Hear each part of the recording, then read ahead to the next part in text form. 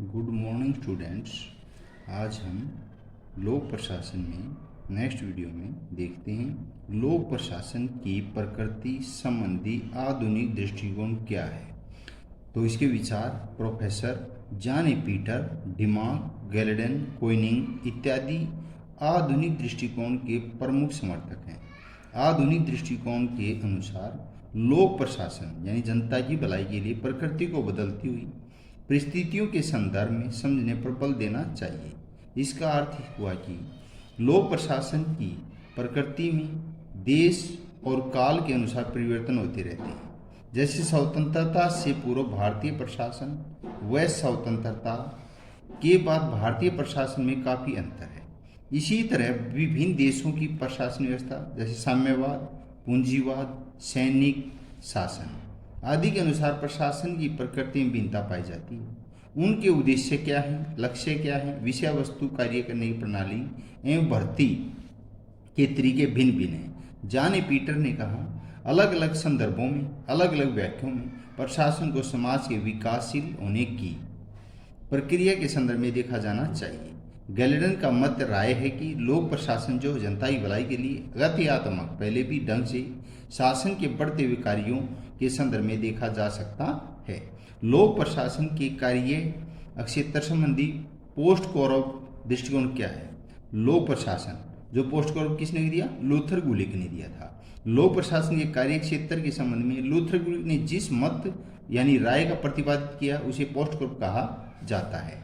Luther गुलिक से पहले Henry Fayol, उर्विक इत्यादि विद्वानों ने पोस्ट कौरव दृष्टिकोण अपनाया था, परंतु इन विचारों को सुव्यवस्थित ढंग से प्रस्तुत करने का श्रेय गुलिक को जाता है। पोस्ट कौरव शब्द अंग्रेजी के 7 शब्दों के प्रथम अक्षरों को मिलाकर बना।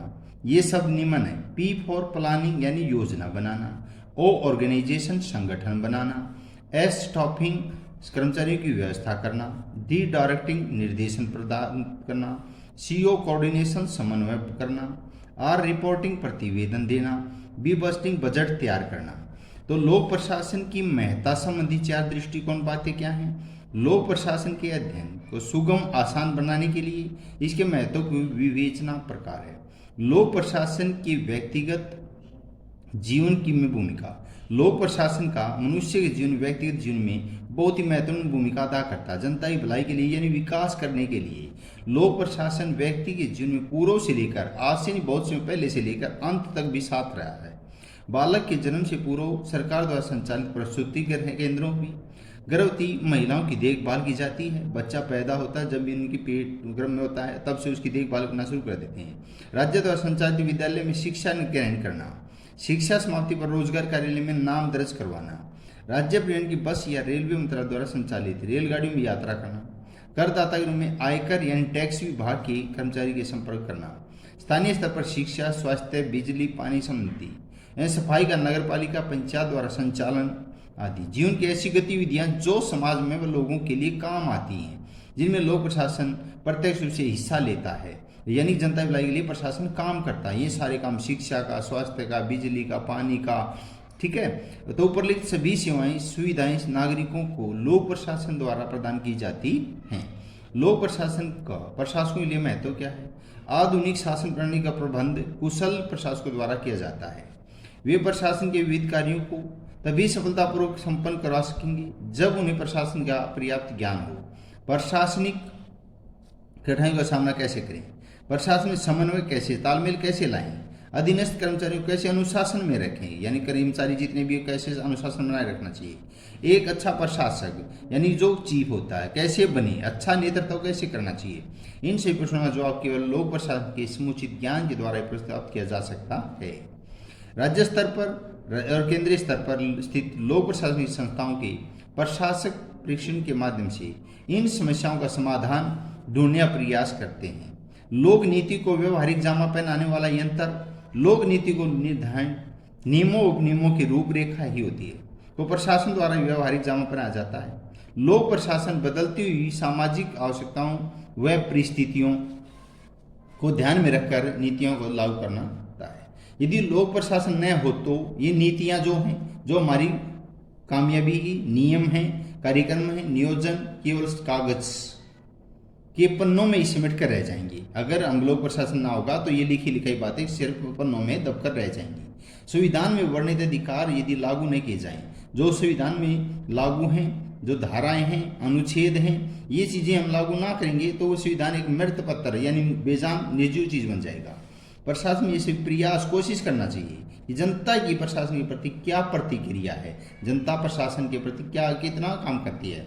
जनतांत्रिक जनता के सहयोग से उद्देश्यों को जनता तक पहुंचाने का उत्तरदायित्व तो मुख्य रूप से प्रशासन का होता है। यानी कि जनता का जो है प्रशासन का उत्तरदायित्व क्या होता है कि जनता तक हक, सुख और सुविधा पहुंचानी चाहिए। सामाजिक व्यवस्था बनाए रखना, लोक प्रशासन सामाजिक व्यवस्था में स्थिरता बनाए रखने में काफ़ी योगदान देता है। समाज के सभी वर्गों के मध्य जीवन की आधारभूत सुविधाएं, जो मनुष्य के जीवन की सबसे बड़ी सुविधा क्या, रोटी चाहिए उसको, कपड़ा, मकान चाहिए, व्यवस्थित और समान रूप से वितरित करने का कठिन कार्य लोक प्रशासन द्वारा संपादित किया जाता है। लोक प्रशासन समाज में दृढ़ता, मजबूती, स्थिरता प्रदान करता है, मुख्य शक्ति होती है। सामाजिक परिवर्तन होने वाली उथल पुथल, क्रांतियां, जातियां, धार्मिक सांप्रदायिक दंगे, युद्ध के कारण उत्पन्न बाधाएं जो आती है, सामान करके एक शिथिल समाज का निर्माण करके लोक प्रशासन द्वारा ही किया जाता है। लोक प्रशासन जन कल्याण, जनता के कल्याण में कैसे सहायक हो सकता है। लोक प्रशासन दिन रात मानव कल्याण में लगा हुआ है। यानी प्रशासन जो होता है, चाहे वो छोटा कर्मचारी चाहे वो बड़ा कर्मचारी है, दिन रात मनुष्य की सेवा में लगे रहते हैं। जैसे आप बीमार देखो, कोरोना की बीमारी फैली हुई है, पिछले एक साल यानी कि 2019 में दिसंबर में चली, और तब से लेकर आज तक चाहे पुलिस वाले हैं, चाहे डॉक्टर हैं, चाहे और कोई कर्मचारी है, सभी लोगों की सेवा में लगे हुए हैं। तो लोगों का अधिक से अधिक भला, वेलफेयर ऑफ द पब्लिक से लोक प्रशासन का उद्देश्य क्या, मोटो। कैसे उद्देश्य मोटो करेंगे, यानी कि एल्डोएट कहता है, लोक प्रशासन से राज्य के सभी लोगों के कल्याण की मांग की जाती है। लोकहित, जनता के हित के लिए जो राज्य उद्देश्य बनाओ की प्राप्ति का अच्छे संगठित लोक प्रशासन पर ही निर्भर है। विकासशील देशों में सभी जन कल्याण के, जनता की भलाई के लिए सेवा प्रशासन लागू की जाती है। अब देखिए अति लघु प्रश्न है, लोक प्रशासन एकाएक अध्ययन विषय के रूप में जन्म कब हुआ। लोक प्रशासन जन्म अमेरिका में कब हुआ, 1887 में वुडरो विल्सन द्वारा किया गया था। प्रशासन का अध्ययन नामक लेख उपरांत है। लोक प्रशासन का जन्मदाता या पिता किसे मानते हैं। लोक प्रशासन का जन्मदाता अमेरिका के विद्वान वुडरो विल्सन को माना जाता है। प्रशासन शब्द का शाब्दिक अर्थ क्या, प्रशासन का अर्थ क्या। प्रशासन को अंग्रेजी में एडमिनिस्ट्रेशन कहते हैं, जो हिंदी रूपांतर है एडमिनिस्ट्रेशन, जो लैटिन भाषा के एडमिनिस्टर सबसे मिला। एड का अर्थ है लोगों की देखभाल करना होता है, एक व्यक्ति द्वारा दूसरे व्यक्ति की सेवा करना होता है। प्रशासनिक परिभाषा, प्रशासन एक सार्वजनिक प्रक्रिया है, इसमें कुछ व्यक्ति मिलकर कार्य करते हैं। इन्हीं पूर्व निर्धारित उद्देश्यों को, जो उद्देश्य लक्ष्य होते हैं, प्राप्त करने के लिए मानवीय तथा भौतिक, मनुष्य द्वारा जो बनाई हुई वे चीजें और भौतिक जो संसार में अपने आप पैदा हुई वे समन्वय यानी तालमेल देश की प्रशासन कहलाता है। लोक प्रशासन का अर्थ क्या है। लोक प्रशासन जो है सरकारी कार्यपालिका से संबंधित है, इसमें सभी प्रक्रिया कार्य सम्मिलित की जाती हैं, जिनका उद्देश्य वैध द्वारा सत्ता द्वारा निर्धारित उद्देश्य हासिल करना प्राप्त है। सरकार द्वारा बनाए गए किसी भी कानून को अमली जामा पहनाना, प्रत्येक प्रयास के लोग, यानी कि कैसे कैसे हम विकास कर सकते हैं समाज का, ये चीजें सारे क्या लोक प्रशासन में आती हैं। प्रशासन के दो लक्षण तत्व, प्रशासन किसी उद्देश्य लक्ष्य पूर्ति के लिए किया जाने वाला कार्य होता है। प्रशासन करेगा कोई भी उद्देश्य होना चाहिए, तो हम विकास करेंगे तो फायदा होगा। तो फायदा क्या आता है, यानी फायदा किसका, समाज का फायदा दिखना। प्रशासन एक से अधिक व्यक्तियों द्वारा सहयोग की भावना से कायम करता है। लोक प्रशासन का संकुचित अर्थ है, जब लोक प्रशासन का आशय सरकार के प्रशासनिक अंग तक सीमित होता है तो लोक प्रशासन का संकीर्ण अर्थ माना जाता है। लोक प्रशासन का विस्तृत या व्यापक अर्थ है, जब लोक प्रशासन का आशय राज्य की सामान्य क्रियाओं में लिया जाता है, उसे लोक प्रशासन विस्तृत अर्थ का बोध होता है। आप घर पर रहें, सुरक्षित रहें, बीमारी से बचें। धन्यवाद।